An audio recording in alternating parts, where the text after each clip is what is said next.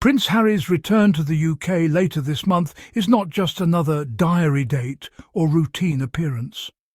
It represents something far bigger, far more meaningful, and far more personal. At its core, this moment is about accountability, truth, and a man who has consistently chosen to stand up not only for himself, but for the wider public interest. Harry is returning for the start of his High Court trial against Associated Newspapers, the publisher of the Daily Mail. The trial is set to begin on January 12th, although tellingly the exact timing of Harry's arrival remains deliberately unclear. That in itself reflects the reality of his life. Security concerns are not theoretical for Harry. They are practical, daily considerations that shape every movement he makes. This legal action is not a solo crusade. Alongside Prince Harry, 6 other well-known figures have brought claims against Associated Newspapers Limited. These are not people who lightly enter into legal battles with powerful media organisations. The allegations are serious, detailed, and deeply troubling. They include claims that private investigators were hired to place listening devices in cars, that private medical and financial records were illegally obtained, and that private phone conversations were accessed without consent. This is not gossip. This is not celebrity drama. This is about alleged unlawful activity carried out on an industrial scale, and Prince Harry is once again using his platform to challenge it. For years, Harry has spoken openly about the corrosive impact of unethical media practices. He has linked them directly to trauma, fear, and the erosion of basic human dignity. This trial is a continuation of that fight. It is Harry putting action behind his words, even when doing so means personal stress, public scrutiny, and repeated trips across the Atlantic. While Harry prepares to face the British courts, Meghan Markle will remain in California with their children, Prince Archie, who is 6, and Princess Lilibet, who is 4. That decision has already been framed by some outlets as controversial, but when examined honestly, it is entirely consistent with everything Harry and Meghan have said and done over the last several years. Meghan has not visited the UK since September 2022, when she and Harry returned to pay their respects following the death of Queen Elizabeth II. That visit was solemn, emotionally heavy, and historic. It was not a casual trip, and it underlined the reality that returning to the UK is never simple for the Sussex family. Archie and Lilibet have not been in the UK since June 2022. That fact is often used as a stick to beat Harry and Meghan with, yet rarely is the full context acknowledged. These are young children. Their parents have a responsibility to protect them from harm, from intrusive attention, and from environments that feel unsafe. Meghan remaining in California is not about distance or disinterest. It is about stability. It is about ensuring that while Harry takes on a stressful and emotionally draining legal battle, their children remain grounded, secure, and surrounded by normalcy. What makes this moment particularly significant is that it intersects with another long-running issue that Harry has been fighting relentlessly: his right to adequate security in the UK. Despite previously losing a court case that challenged the removal of his automatic armed police protection, Harry did not walk away. Instead, in September 2025, he formally requested a review of his security arrangements, writing directly to Home Secretary Shabana Mahmood. This was not a demand. It was a reasoned appeal grounded in evidence, risk assessments, and lived experience. Now, reports suggest that a ruling on that review is expected within weeks.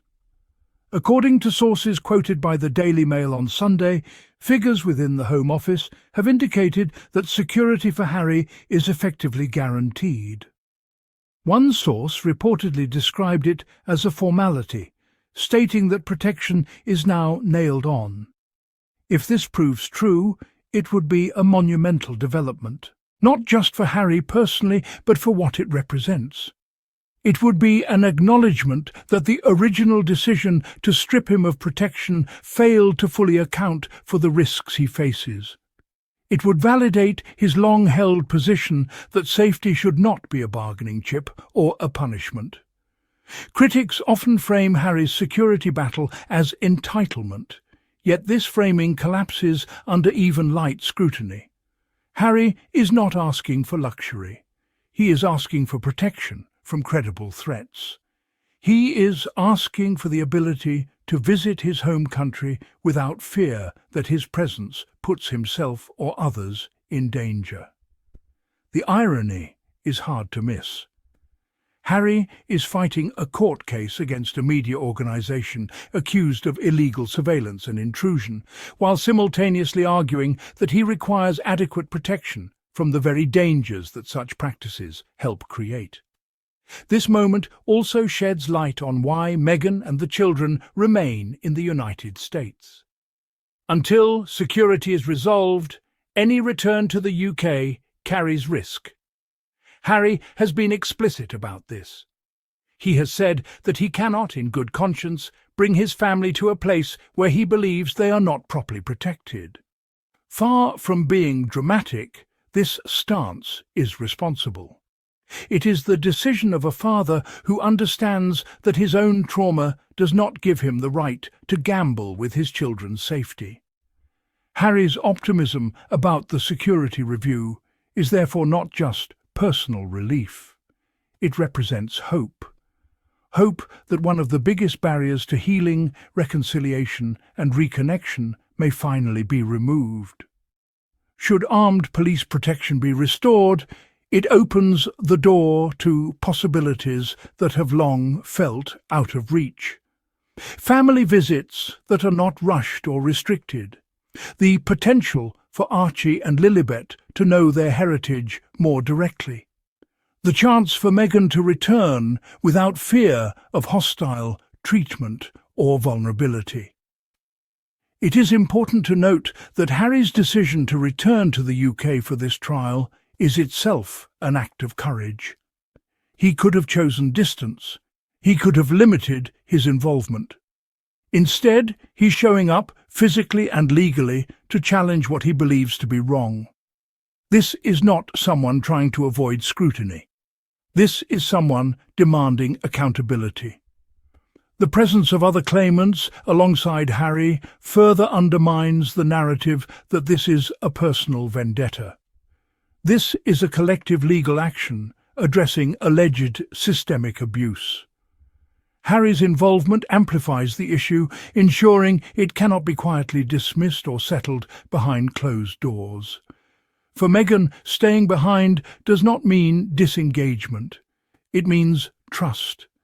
Trust in her husband to fight this battle, and trust in their shared values that place their children's well-being above all else. The Sussexes have consistently shown that they operate as a team, even when physically apart. Decisions are made jointly, with long-term impact in mind rather than short-term optics.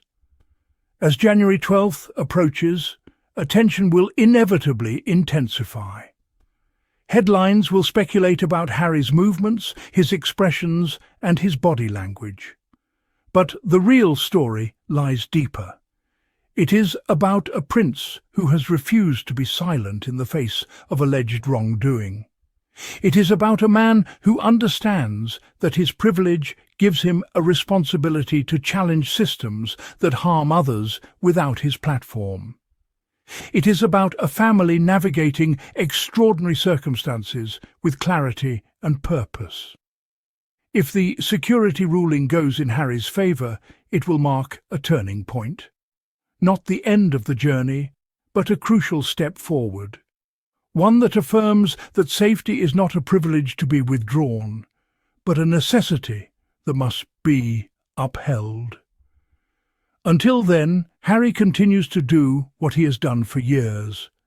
Stand firm, speak truth, protect his family, and push for a future where accountability is not optional, and where doing the right thing matters more than keeping the peace. This is not just a court case. It is a continuation of a much larger fight, one that Prince Harry has shown he is willing to see through, no matter how long it takes.